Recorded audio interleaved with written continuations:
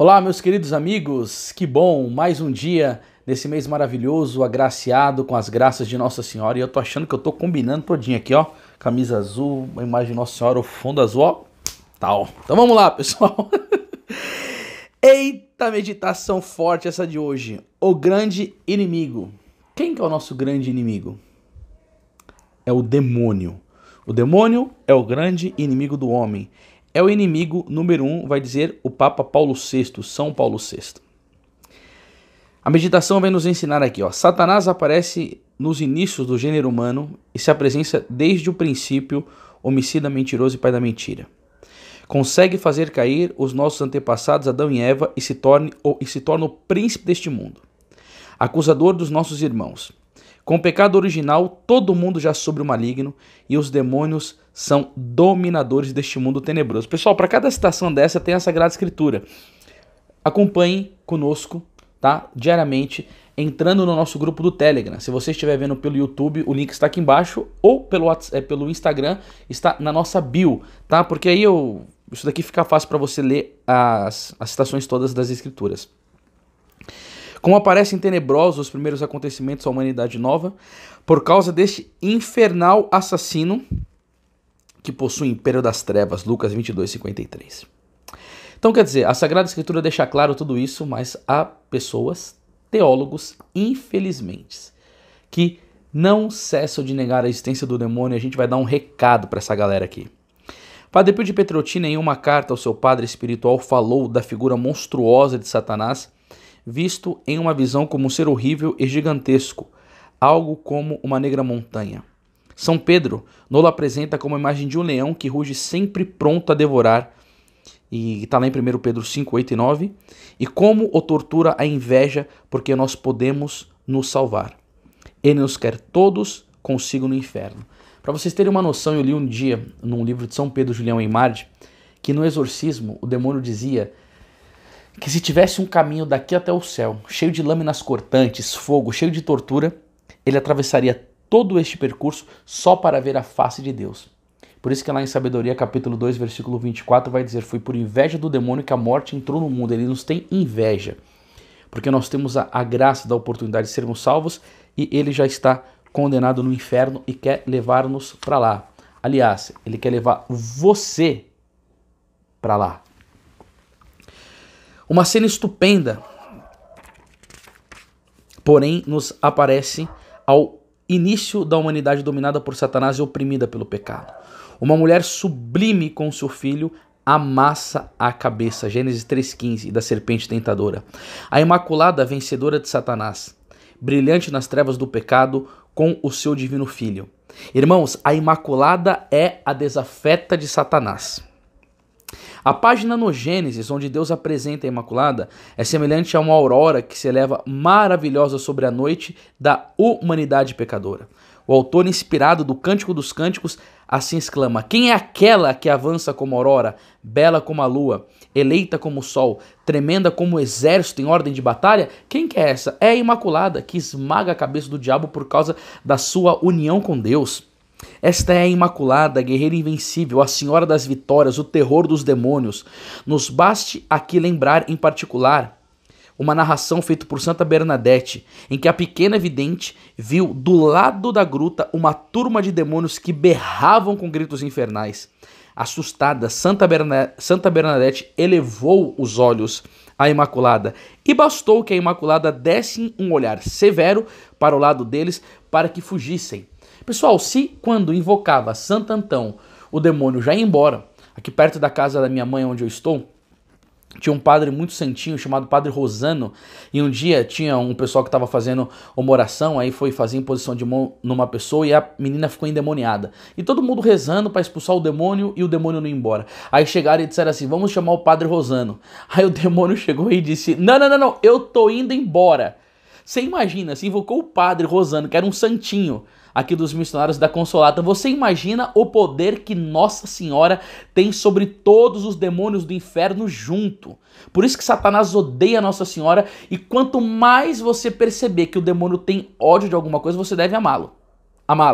Então, se ele odeia muito a Nossa Senhora, você deve amar muito estar sob a proteção dela. Assim, o demônio em frente à Imaculada demonstra ser o que significa o seu nome, Beelzebu, um deus das moças, comparado à Imaculada. Agora vamos lá, porque essa parte é importante, hein, meus irmãos? A tática do demônio é aquela de alegrar os sentidos e a imaginação do homem para perder o seu espírito. Se apresenta como um conselheiro e um servidor em luvas amarelas, com oferta de bens e prazeres sedutores a ganhar. Quando ele chega para um jovem e o seduz, que ele vai usar cocaína e vai sentir o bem-estar depois do consumo da droga, ele não vai falar para você vai virar um adicto, depois você vai pro crack, você vai ter um perigo de vender as coisas da sua casa ou de pegar numa boca com os traficantes da droga e não ter dinheiro para pagar e depois vão te matar. Ele nunca vai falar isso, ele sempre vai seduzir com a mentira. Foi assim que ele fez com Adão e Eva. Assim tentou Jesus no deserto e com tantos outros santos de todos os tempos. Hábil e na defensiva como é, ele sabe servir de tudo para nos arruinar. Olha, essa parte aqui você deve meditar muito na sua vida. Lhe basta uma olhada imodesta de Davi que olha Betsabeia. 2 Samuel 11, 2, 26. Uma guloseima de Saul que quer um prato de lentilha. Gênesis 25, do 29 ao 34. Um apego ao dinheiro de Ananias e Safiras que escondem moedas. Atos dos Apóstolos 5, do 1 ao 10. Isso daqui é terrível. E o problema disso tudo é que o diabo sempre vai bater no lado fraco. Santo Inácio de Loyola vai dizer que ele é como um salteador que fica andando em volta de um castelo para procurar o ponto mais vulnerável para ir atacar. É isso que ele faz comigo e com você. Ele nos observa, sabe o nosso ponto vulnerável e ali vai bater para nos derrubar. Então, vigilância. Ele tenta até propor coisas aparentemente úteis para as almas.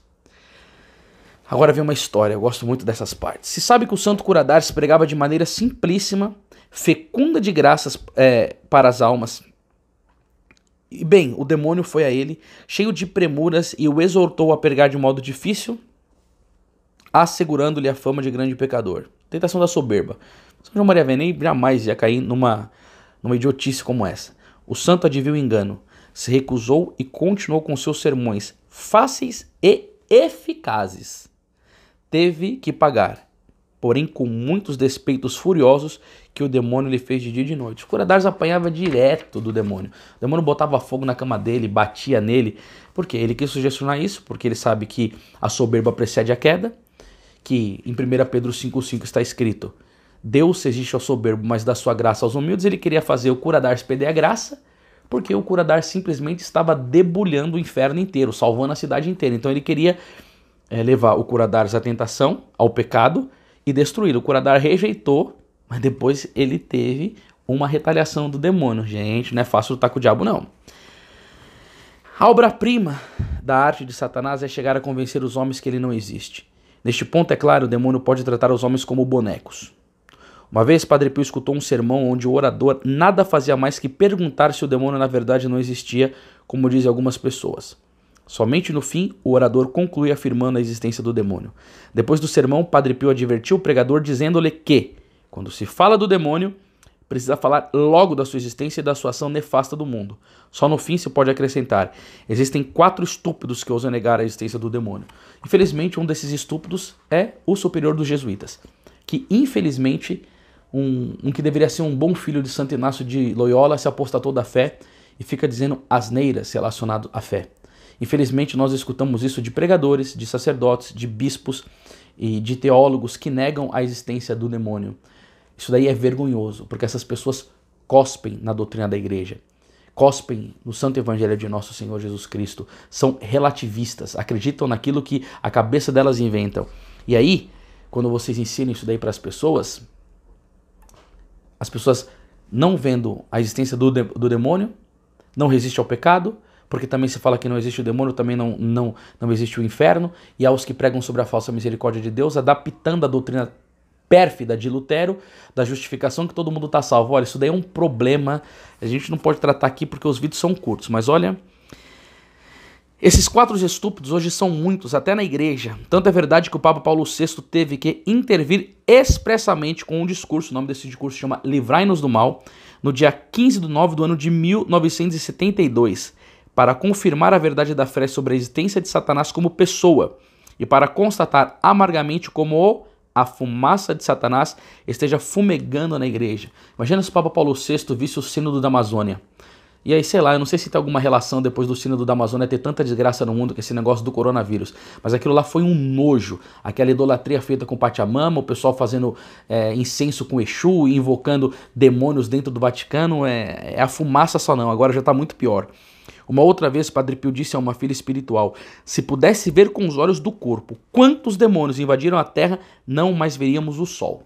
Sabe quantas vezes o Sol é maior que a Terra? 200 milhões de vezes. Sabe quantos demônios que tem? Muitos. Mas a gente deve ficar mais assim esperançoso porque há mais anjos que demônios. Mas o combate é grande. Não se deve brincar com essas coisas não. Contra esses impuros apóstatas, como ele mesmo chamava, qual não deve ser a nossa defesa? E qual que é a nossa defesa, meus irmãos? É o que Jesus nos propôs: vigilância e oração. Jesus nos preveniu contra as insídias do diabo. Ele nos ensinou as palavras do Pai Nosso: não nos deixeis cair em tentação. Quem não vai nos deixar cair em tentação? Se João 15,5 disse: em mim nada podeis fazer, é Jesus. A guarda e a oração são as duas maiores forças do homem contra o demônio. Façamos nossa essa recomendação paterna do Padre Pio: filho, o inimigo não dorme. Esteja alerta com a guarda e a oração. Com a primeira o avistaremos, e com a segunda teremos a arma para nos defender. Olha aqui que coisa maravilhosa, por isso que a gente insiste com vocês. Entre no grupo do Telegram para que você tenha o PDF, para que você possa meditar essas frases, que isso daqui faz um bem enorme. A guarda nos faz avistar as ocasiões perigosas, uma leitura, um espetáculo, uma pessoa, um lugar, uma vontade. A oração nos dá a força de evitar os perigos, de fugir das ocasiões, como recomendava São Felipe Neri. Santo Agostinho ensina que o demônio é só um cão amarrado e só pode morder quem dele se aproxima. Você está entendendo isso daqui? Não dê brecha. Se o demônio se faz insolente, escutamos a palavra de São João Bosco que dizia aos seus jovens: quebrai os cornos do demônio com a confissão e a comunhão. Por isso que nesses dias o demônio deve estar assim. Claro que o demônio nunca fica alegre, mas ele conseguiu muito, fechando as igrejas e impedindo as pessoas de terem a comunhão e a confissão. Por isso que esse mês de maio você tem que assim ficar firme no rosário e pedir muita proteção de Nossa Senhora, porque Satanás ele fica mais forte quando as pessoas confessam menos e comungam menos.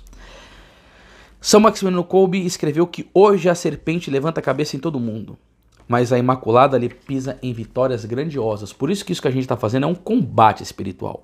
Entendeu? Os globalistas, os comunistas, os maçons, há um grande número de inimigos da igreja, está levantando a cabeça com Satanás e os seus demônios, e nós temos a oração para pisar. Para bater o demônio de modo mais humilhante, precisamos recorrer à Imaculada. O demônio tem pavor dela, que sozinha é terrível como um exército formado em ordem de batalha. Agora vem essas histórias que eu amo. Quando Santa Verônica Juliana era atacada fisicamente pelo demônio e apenas conseguia invocar Nossa Senhora, o demônio fugia precipitadamente gritando: não invoque a minha inimiga. E aí eu quero perguntar para você escrever aqui nos comentários. Você já teve alguma experiência de alguma vez invocar Nossa Senhora e perceber na sua vida que você foi livre de uma insídia do diabo? Escreve aí pra gente. Nossa Senhora já te deu alguma graça de vencer Satanás? Você já teve assim a percepção disso na sua vida? A oração mariana mais forte contra o demônio é o rosário. Uma vez lhe perguntaram durante um exorcismo qual oração ele mais temia. Ele foi obrigado a responder: o rosário é o meu flagelo. Você está entendendo porque que o demônio não quer que você reze o rosário? E porque nesse mês de Maria você tem que rezar ele com força? Se os cristãos levassem consigo e usassem a miúde este flagelo dos demônios, quantas ruínas, desventuras e pecados a menos sobre a terra. Para quem tem ouvidos, ouça. Votos: levar consigo o rosário e recitá-lo na tentação. Oferecer hoje uma mortificação contra a gula. Ler e meditar a página do Evangelho sobre as tentações de Jesus no deserto. Que meditação poderosa, que dia maravilhoso, que a Virgem te abençoe para vencer os demônios e que você viva unido a ela e ao coração de Jesus para que a santidade triunfe na sua vida e você, auxiliado pela graça, triunfe sobre os demônios. Até amanhã, salve Maria!